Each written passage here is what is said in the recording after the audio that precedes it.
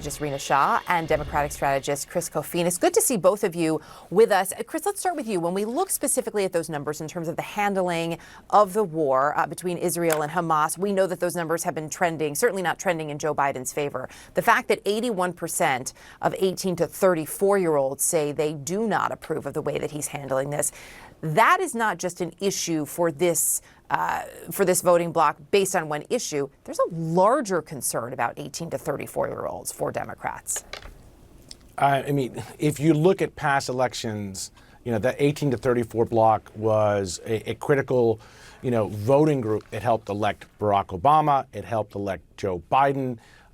When you don't win them in a significant majority, you're going to have a problem. Right now, put aside, people are debating about the CNN poll. Oh, is it one snapshot? Other polls showing a different picture. Put all that, kind of debate aside.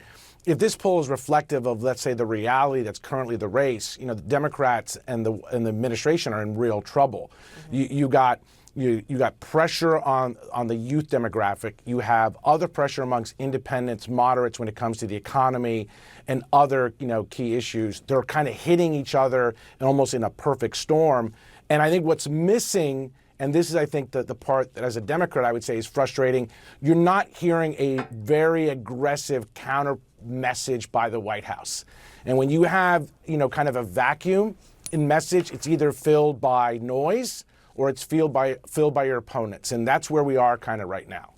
It's such an interesting point that you bring up. And I want to come back to that in just a second. I want to stick, if we can, for just a minute with what is happening in Israel and Hamas and how that's translating on college campuses. Because we've really seen a lot of Republicans lean in here to this message of chaos over the last several years, really looking at college campuses. We saw, of course, the speaker making his way to Columbia University along with other lawmakers. I noted that you said that you actually saw that move as a mistake.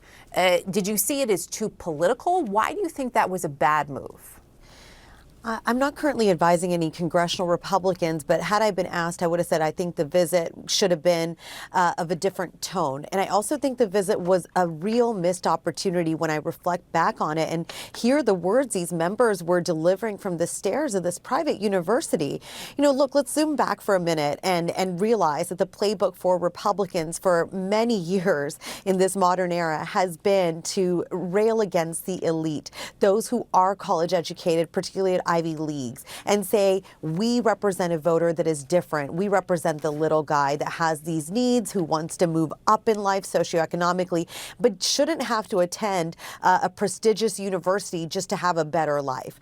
But here, what we heard last week was completely nonsensical to me. And why I called it a missed opportunity is because these members could have been speaking directly to students. In fact, what I heard was a real admonishing of them, almost attacking them for showing up to peacefully protest. They were painting with a broad brush. They said all the students were engaging in a hate-filled speech. Instead, they should have said, look, we encourage you to take a look at us Republicans who have always promoted free speech, who understand your right to demonstrate and to express your grievances about the situation, particularly how Biden and his administration are handling the response over there in Gaza. They are giving weapons and aid on one hand to Benjamin Netanyahu and saying, do what you want to do with it. But on the other hand, they're saying, here's billions of dollars in humanitarian aid that's only trickling into Gaza. So these students are really engaging in a critical thinking exercise. It's something that the Republican Party should be embracing and promoting, which is what they normally do.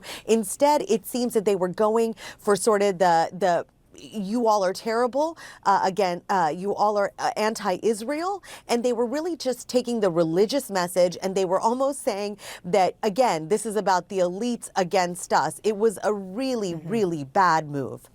It's interesting, too, because I think we have seen, first of all, we see the division within the Democratic Party, right? We've seen some more progressive lawmakers out there. We're also seeing today this letter from a number of, I would say, mostly more moderate Democratic lawmakers calling on Columbia University trustees to make some decisions here or perhaps face a resignation.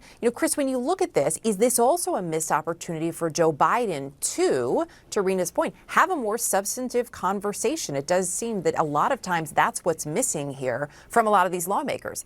They end up doing a photo op, as Rina pointed out, but there isn't substance behind that conversation. I mean, I think there's been a lot of missed opportunities across the board. I think anytime when you are seeing this kind of national upheaval on certain college campuses, and let's not exaggerate it. These are campuses that have 10, 20, 30,000 students, but a few hundred or more can obviously bring a campus to a standstill.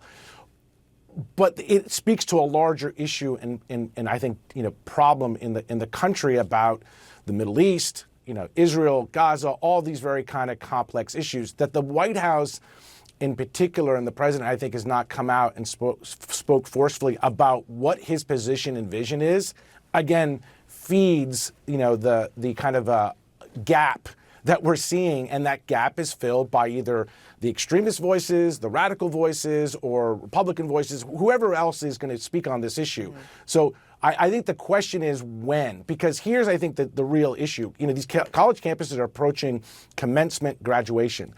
Parents and are going to become incredibly upset and angry if their kid cannot walk for graduation. You already heard about one school, USC, doing that. If that becomes a norm, it will feed a lot of parental anxiety across the country, and that becomes a political problem. So yeah. I think the time is coming for him to have to come out there and speak about this. As we watch all that, I was fascinated in our new CNN polling. One of the things that really stood out to me is we talk so much, and we certainly have over the last number of years, about how divided this country is and how divided it feels. The fact that in this polling, when asked specifically asked both Trump supporters and Biden supporters, the numbers are so high. I believe it's 71% of those who support, if we can put the graphic up, of those who support not about the war, but of those who support Donald Trump, I believe it was 71% said they couldn't understand why anybody would vote for Joe Biden. And 67%, I believe these are the numbers, there we go, of Biden supporters said they couldn't understand, Rina, why anybody would vote for Donald Trump. To have it put in those stark numbers, I think just illustrates so well where this country is and how dug in people are, and how difficult it is then to have a conversation about whether it is what people are protesting and why, or what they want in someone to lead the country and what they believe that role is.